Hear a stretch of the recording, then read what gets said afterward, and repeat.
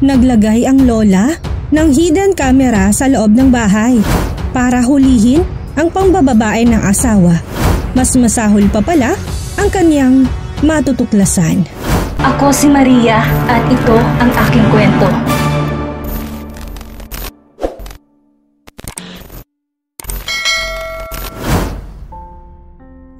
Ang isang 61 taong gulang na si Karina Pence ay nagsimulang maghinala na nambababae ang kanyang asawa, kung kaya naman palihim siyang naglagay ng mga hidden camera sa loob ng kanilang bahay para mahuli ang kalokohang ginagawa nito.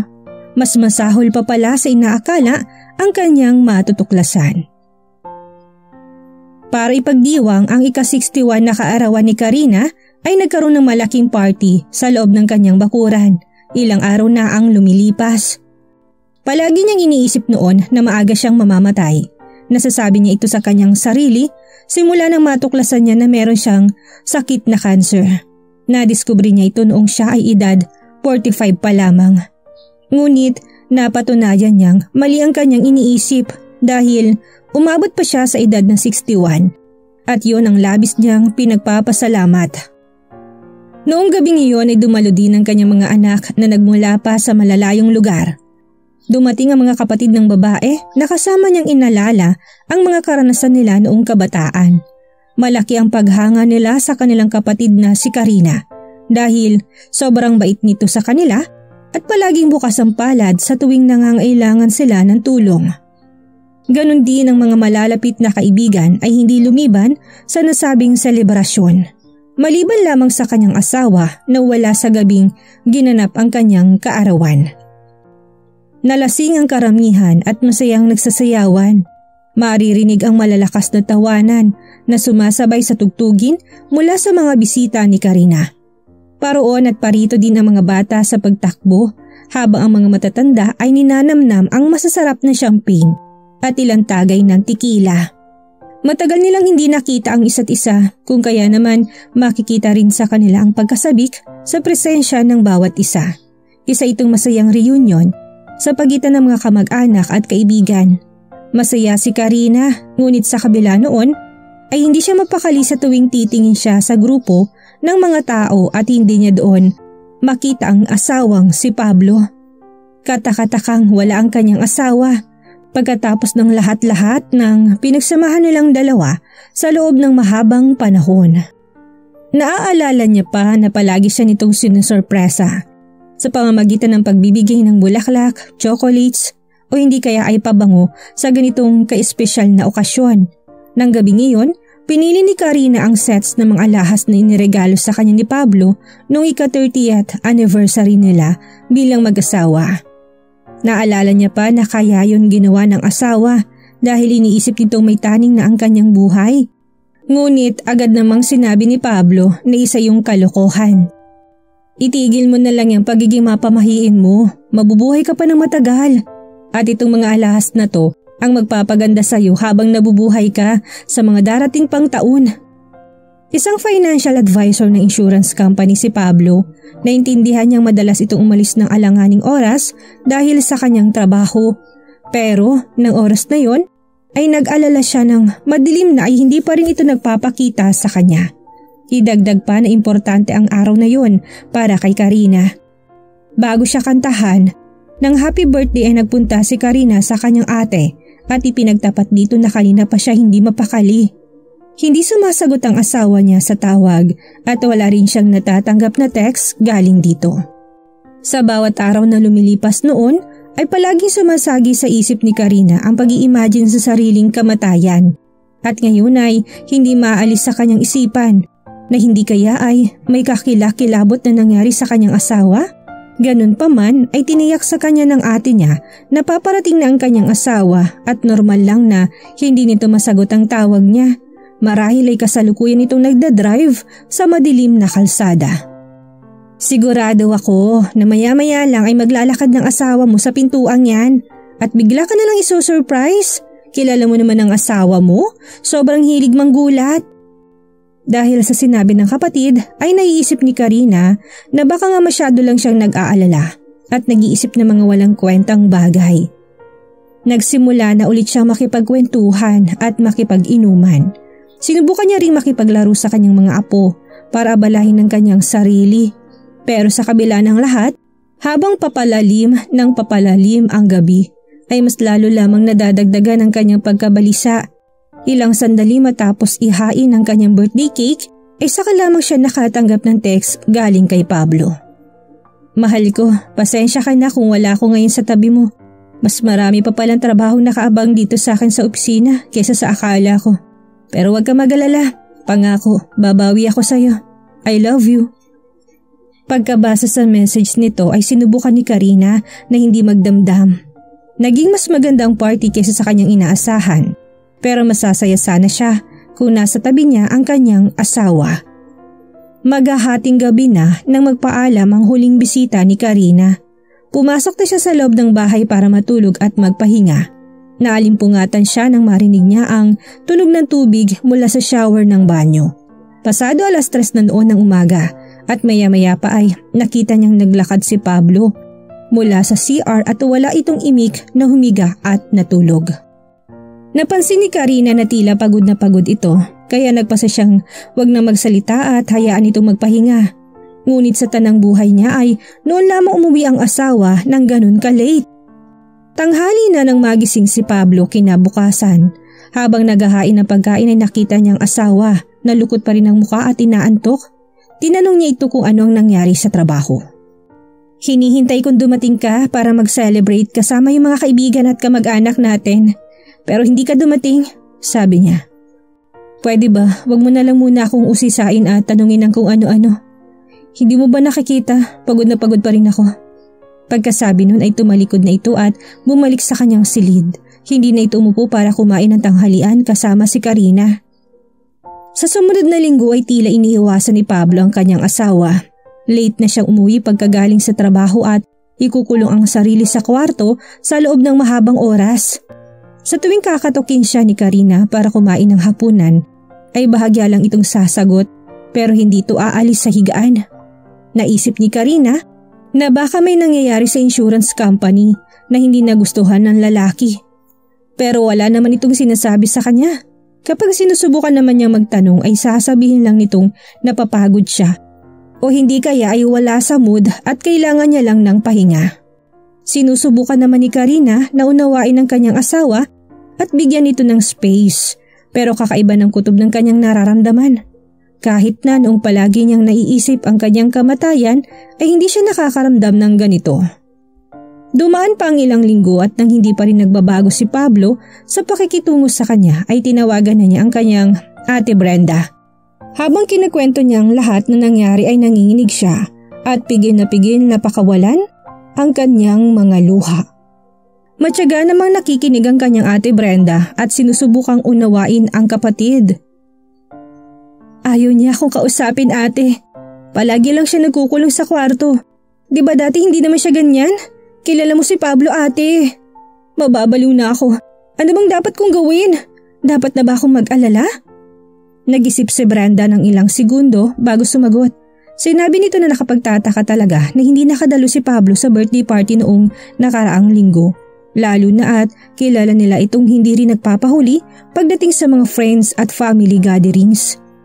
Humingi naman si Karina ng opinyon sa kanyang ate kung ano bang dapat niyang gawin dahil ang mga bagay na tumatakbo sa isip niya ay naapektuhan ng pang-araw-araw niyang buhay. Naiisip na lang ni Karina na baka miyembro na si Pablo ng sindikato at gumagawa ng kung ano-anong mga iligal na bagay o hindi kaya naman ay meron itong lihim na karelasyon. Sabihin mo sa akin, ate, gagawin kaya yun ni Pablo? Karina, kung nagdududa ka talaga, di gumawa ka ng paraan para malaman mong totoo. At isang idea ang binigay ni Brenda kay Karina. Noong nakaraan, naglagay ako ng mga hidden camera dito sa bahay. Kasi akala ko ninanakawan ako ng mga kasambahay. Pero salamat na lang at mali ako. Anyway, bakit kaya hindi mo yun gawin dyan sa inyo? Hindi man nais ni Karina na lumalim ang pagdududa niya sa kanyang asawa ay minabuti niya na rin sundin ang sinabi ng kanyang ate. Nagdesisyon siyang maglagay ng mga hidden camera para alamin at hulihin kung anuman ang ginagawa nito. Noong araw ding iyon ay inabala niyang kanyang sarili sa paghahanap ng modelo sa internet at nag-inquire na rin siya sa mga taong nag-i-install nito. Isang maaalalahanin na tao si Pablo mula noong sila ay magkasintahan pa lamang. Hindi ito nakakalimot sa mga birthday at maging sa mga anniversary nila ay palagi itong may handang sorpresa para sa kanya. Bagamat madalang di kasi ni Pablo ang mga salitang mahal kita sa kanyang asawa, ay gusto naman ng lalaki na palagi siyang kasama kahit saan man ito magpunta. Noong malaman niya ang sakit na cancer sa edad na 45 ay itong unang nagpalakas ng loob niya. At sa pinakamahirap na sitwasyon ng kanyang buhay, kailanman ay hindi nito ipinaramdam sa kanya na nag-iisa siya. Nanatili ito sa tabi niya at palaging pinaparamdam na kasama niya ito sa laban nilang iyon. Kung kaya naman, labis na nag-aalala si Karina sa biglaang pagbabago nito. Ano nga kaya ang dahilan nito para maging ganun ang pakikitungo nito sa kanya? Agad na tinawagan ni Karina ang mga nag-i-install ng kamera. Nang magpunta sa malayong lugar ang kanyang asawa, hindi lang ang papunta sa banyo ang pinalagyan niya, kung hindi ang buong bahay ay pinakabitan niya. Sa puntong ito ay pinagtibay niya ang kanyang pagdududa na ang kanyang 64 anyos na asawa ay meron ngang kalaguyo. Nang suriin ni Karina ang unang recording ay napagtanto niyang natutulog si Pablo sa kwarto at pagkatapos ay babangon ito sa kalagitnaan ng gabi at pupunta sa banyo at mananatili ito doon ng ilang minuto. At noong mga sandaling iyon ay sigurado na talaga siyang nambababae ang kanyang asawa. Teka lang Karina, maghunos dili ka nga. Wala naman ako nakikitang kakaiba sa kinikilos ng asawa mo. Sabi ng ate niyang si Brenda matapos nitong ikwento kung ano ang mga napanood niya mula sa kuha ng mga hidden camera. Ate, iniiwasan pa rin ako ni Pablo. Sigurado ako ate, na yung tinatagal niya sa banyo ay doon siya nakikipagharutan sa kabit niya. Umiiyak na sabi ni Karina dahil sa pagnanais na kumprontahin ng asawa, ngunit wala siyang lakas ng loob na gawin iyon. Pinayuhan naman ni Brenda ang kanyang kapatid na huwag gagawa ng anumang hakbang hanggat wala pa itong napapatunayan. Sinabi naman ni Karina na pag-iisipan niyang lahat, ngunit meron na palang nabuong hakbang sa kanyang utak na mga oras na yon at tatapusin na niya ang kanilang problema sa gabing iyon. Inabangan ni Karina ang pagdating ni Pablo mula sa trabaho at nakikiusap na harapin na nito ang asawa. Nagulat pa si Pablo nang makita ang kanyang asawa na malungkot at hinihintay na magsalita siya. Ilang buwan ka ng ganyan Pablo? Hindi ka nagaya ng dati. Paano mo nagawa sa akin to? Anong ginawa ko sa'yo Karina? Malamig na tugon ng asawa. Alam ko, may babae ka. Huwag mo nang itanggi dahil alam ko ng lahat. Once and for all, maging lalaki ka naman. Umamin ka na. Huwag na tayong magaguhan dito, pwede ba? Sigaw ng babae. Ano bang sinasabi mo? At saan mo napulot ang mga bagay na yan? Napapailing na sagot ni Pablo. Pwede ba? Umamin ka na lang. At huwag ka na magsinungaling. Alam ko na ang lahat, Pablo. Ano na lang ang iisipin ng mga anak natin kapag nalaman nilang totoo, ha? Sabihin mo nga sa akin, gaano nakatagal ang relasyon yung dalawa? Napatras naman si Pablo at dahil dito ay mas lalong tumindi ang pagkabalisa ni Karina. Kinuha ng babae ang kanyang tablet at pinakita sa lalaki ang mga kuha ng hidden camera kung saan makikita sa video na ilang minuto ang tinatagal nito sa banyo bago muling babalik sa higaan nila. Yan! Kitang-kita dyan na sa tuwing pupunta ka sa banyo ay dun mo palihim na kinakausap ang kabit mo. At kapag wala ka dito sa bahay ay kung saan-saan pa talaga kayo nakikita. Please lang Pablo, aminin mo na. Please, aminin mo na. Naiyak na sabi ni Karina sa asawa at tuluyan na napasalampak sa sahig dahil sa panghihina ng kanyang tuhod. Maya-maya pa'y umupo na rin si Pablo para pantayan si Karina. Nagsimula na rin itong umiyak ng malakas at naging mas malungkot kaysa sa kanyang asawa. I'm sorry Karina. Sana mapatawad mo ko. Sabi nito. Sa pagkarinig sa mga salitang iyon ay napaangat ng ulo ang babae at nalulumong tumingin sa kanyang asawa. Mas masakit pala na marinig sa mismong bibig nito ang pag-amin nito sa kanyang panloloko. Hindi siya sigurado kung kakayanin pa niya ang mga susunod na revelasyon, ngunit higit sa lahat ay mahalaga na umamin na ito sa kanya. Sa isip niya ay kailangan niyang ihanda ang kanyang sarili sa mga sasabihin pa nito sa kanya. Karina, hindi naman ako umiiyak dahil sa niloko kita. Hindi ko magagawa yun sa'yo. At ano ka ba naman? Sa edad kong ito, sino pa bang papatol sa katulad kong uugod-ugod at kulubot ang balat? Ang totoo niyan ay may nilihim ako sa'yo sa loob ng mahabang panahon. At yun ang unti-unting pumapatay sa akin. Pero huwag kang mag-alala. Dahil oras na malaman mong lihim ko ay aalis na ako. At hindi na muling magpapakita pa sa'yo. Saglit na naniga si Karina sa kanyang kinauupuan. Hindi niya alam ang nangyayari at wala siyang idea sa sinasabi ni Pablo ngayon sa kanya. Alam mo, ang sakit lang pala na malaman na sa haba ng pinagsamahan natin ay nakuha mo pa akong paghinalaan ng pangbababae. Sa lahat ng pagmamahal na pinakita ko sa'yo at pag-aalaga ko sa'yo, hindi mo pala ako kayang pagkatiwalaan sa bagay na yan? Ang totoo niyan, mahal ko, ay palagi ako nakakaramdam ng pananakit sa akin tiyan. Nagpa-check up na ako at nalaman ko, stage 3 ng cancer ko at damage na rin ang kidney ko. May taning ng doktor sa akin na hanggang 1 taon na lang ang kaya kong tagal dito.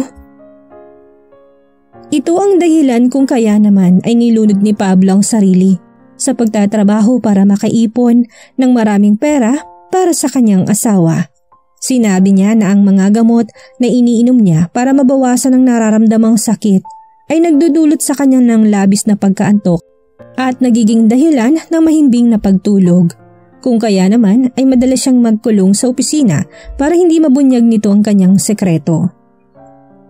Tumatakbo ako sa banyo para magsuka. Epekto yun ng treatment na palihim kong ginagawa dahil ayaw ko na mag-alala ka pa.